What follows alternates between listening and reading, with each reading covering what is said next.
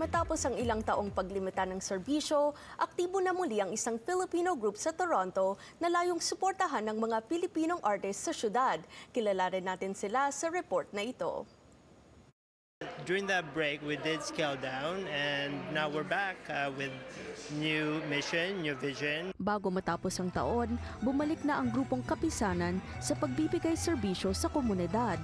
Layunin ng grupong suportahan at bigyang pagkilala ang mga Filipino artists.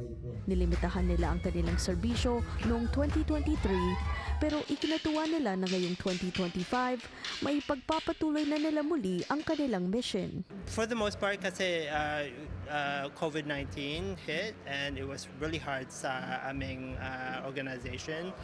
We lost a lot of funding and so that's what we've been doing a lot recently is to just stack our programming para naman meron kaming delivery, meron kaming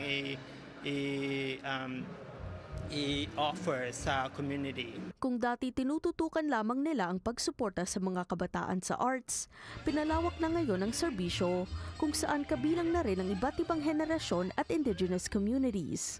Multi-generational programming.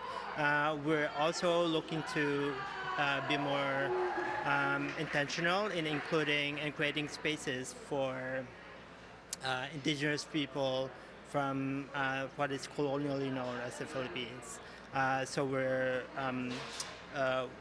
making sure that they're included in a meaningful and collaborative way. Kamakailan lamang, isinagawa nila ang Pasko sa Kultura Market kung saan tampok ang mga parol na ginawa ng kanilang mga miyembro sa isang workshop. Pinangunahan ni Maria Patricia Abuel ang workshop, isang artist na dating sumasali sa programa ng Kapisanan. It's great to be back at Kapisanan, especially with parole workshops, because when I started off at Kapisanan as a teenager, and now I'm in my 30s, I started off with volunteering with making parole frames for people to decorate.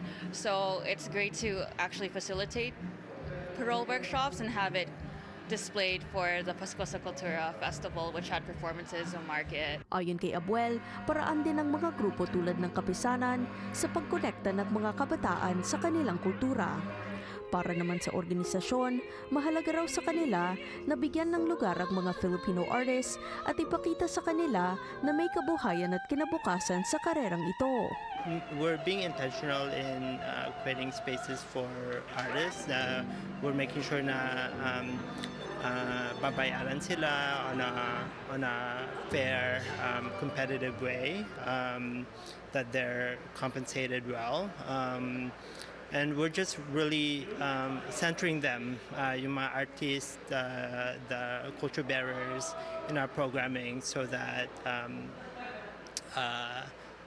they can bring themselves fully into the programming. Maaaring makakuha ng updates tungkol sa kanilang mga programa at events sa kanilang website o Instagram page.